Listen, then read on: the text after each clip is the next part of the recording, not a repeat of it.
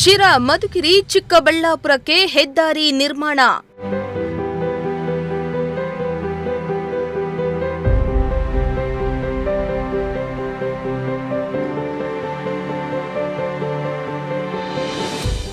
₹1,500 ಕೋಟಿ ವೆಚ್ಚದಲ್ಲಿ ರಾಷ್ಟ್ರೀಯ ಹೆದ್ದಾರಿಗೆ ಸಿದ್ಧತೆ.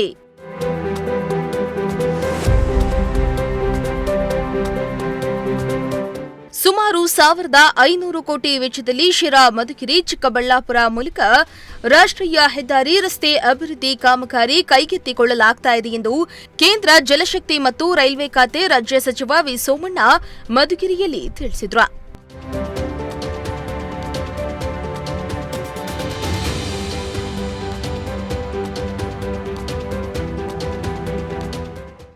ತಾಲೂಕಿನ ದೊಡ್ಡೇರಿ ಹೋಬಳಿಯ ಬಡವನಹಳ್ಳಿ ಗ್ರಾಮದಲ್ಲಿ ನಡೆದ ವಿಕಸ್ಮಿತ ಸಂಕಲ್ಪ ಕೃಷಿ ಸಂಕಲ್ಪ ಅಭಿಯಾನ ಕಾರ್ಯಕ್ರಮ ಉದ್ಘಾಟಿಸಿ ಮಾತನಾಡಿದ ಅವರು, ರಾಷ್ಟ್ರೀಯ ಹೆದ್ದಾರಿ ರಸ್ತೆ ಅಭಿವೃದ್ಧಿ ಕಾಮಗಾರಿಗಾಗಿ ಈಗಾಗಲೇ ₹600 ಕೋಟಿ ಬಿಡುಗಡೆ ಮಾಡಲಾಗಿದ್ದು, ಇನ್ನೆರಡು ವರ್ಷದಲ್ಲಿ ಕಾಮಗಾರಿ ಪೂರ್ಣಗೊಳಿಸಲಾಗುವುದು.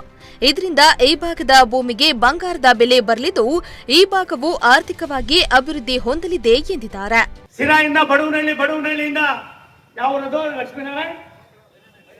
ಬೈರೇನಹಳ್ಳಿ ಆಮೇಲೆ ಚಿಕ್ಕಬಳ್ಳಾಪುರ ಸುಮಾರು ಈಗಾಗಲೇ ₹600 ಕೋಟಿ ಬಿಡುಗಡೆ ಆಗಿದೆ.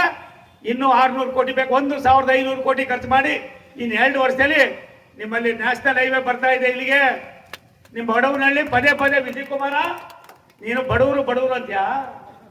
ಬಡವರೆಲ್ಲ ಶ್ರೀಮಂತರು ಅನ್ನೋದನ್ನ ನನ್ನ ಜನ ಬಡತನ ಇರ್ಬೋದು, ಅವರ ಹೃದಯ ಶ್ರೀಮಂತಿಕೆ, ಅವ್ರ ಒಳ್ಳೆತನ ಇಡೀ ದೇಶದಲ್ಲಿ ಬಟ್ರೆ 6 ರಾಜ್ಯಗಳು ತೆಗೆದುಕೊಂಡ್ರು ಈ ಯೋಜನೆಯನ್ನು ಯಾರು ಕೊಡಬೇಕು ಅಂತ. ನಾನು ಹೋಗಿ ಗಡ್ಕರಿ ಸಾಹೇಬ್ರ ಹತ್ರ ನನಗೆ ಹಿಂದಿ ಬರೋಲ್ತು, ಇಂಗ್ಲೀಷು ಸರಿಯಾಗಿ ಬರೋಲ್ತು. ನಾನು ಹೇಳಿದ್ದೆ ಶಾಸನ ಅವ್ರಿಗೆ. ಕೊನೆಗೆ ನನ್ನ ತಲೆ ತಿನ್ನೋ ನೋಡ್ಬಿಟ್ಟು 5 ರಾಜ್ಯನ ಬಿಟ್ಟರು, ನನ್ನ ಒಂದನ್ನೇ ಮಾಡಿಕೊಟ್ರು. ಅದು ಈಗಾಗಲೇ ಟೆಂಡರ್ ಬಂದಿದೆ, ಅದನ್ನ ಕೆಲಸ ಮಾಡ್ತೀವಿ.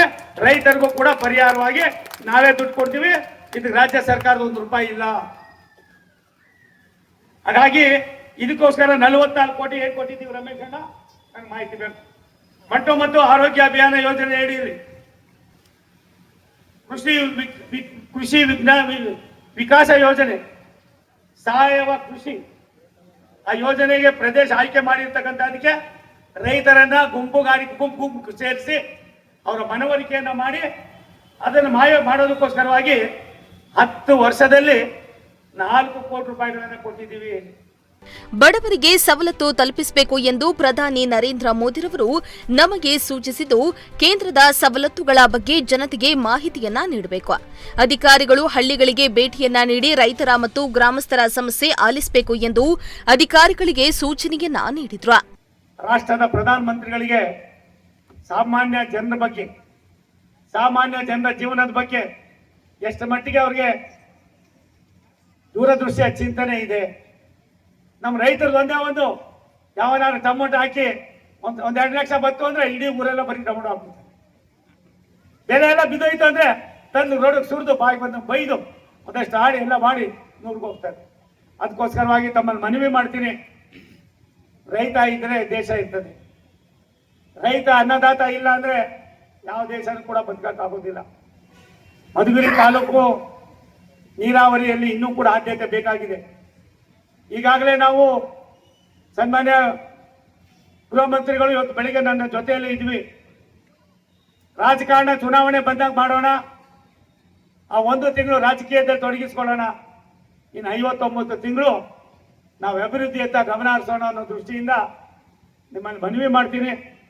ಈ ಒಂದು ವಿಕಸಿತ ಭಾರತದ ಕಲ್ಪನೆ ಏನು ಕೃಷಿ ಸಂಕಲ್ಪ ಅಭಿಯಾನ ಇದೆ, ಇದಕ್ಕೆ ನಾವು ಹೆಚ್ಚಿನ ಒತ್ತನ್ನು ಕೊಡೋದ್ರ ಮುಖೇನ ಬಡವನಹಳ್ಳಿ ಒಂದು ಶ್ರೀಮಂತರ ಹಳ್ಳಿ ಆಗ್ಬೇಕು. ನನ್ನ ಕನಸು ಯಾವಾಗ ಈ ಹಳ್ಳಿಗಳೆಲ್ಲವೂ ಕೂಡ ಜನನಿಬಿಡವಾಗಿ ಜನ ಮಾಡ್ತಾರೆ. ಬೆಂಗಳೂರಿಗೆ ಹೋಗಿ ಯಾರ್ಯಾರು ಸೇರ್ಕೊಂಡಿದ್ದಾರೆ ಪಟ್ಟಣಗಳಿಗೆ, ಅವರೆಲ್ಲರೂ ಕೂಡ ವಾಪಸ್ಸು ನಮ್ಮ ಹಳ್ಳಿಗಳಲ್ಲೂ ಕೂಡ ನಮ್ಗೆ ಸವಲತ್ತಿದೆ.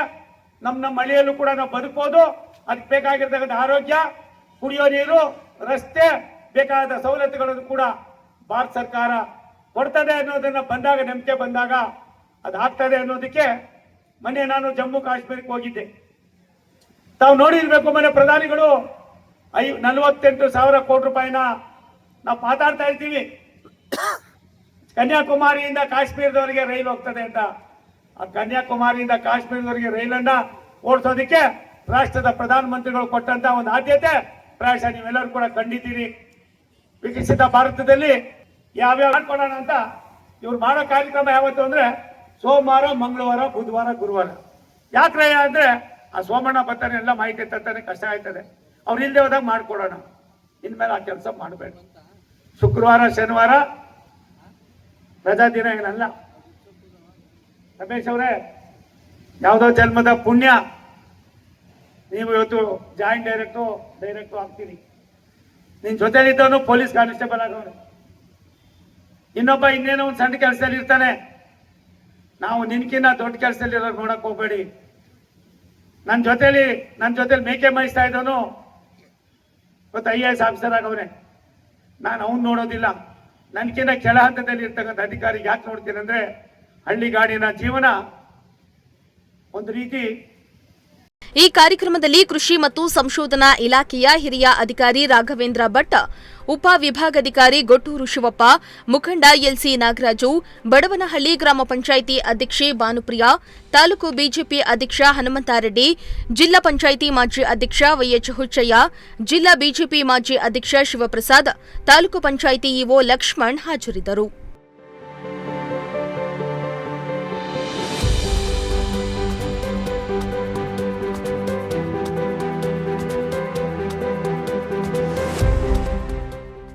ಸಿರಾಜ್ ಅಹಮದ್, ಪ್ರಜಾಶಕ್ತಿ ಟಿವಿ, ಮಧುಗಿರಿ.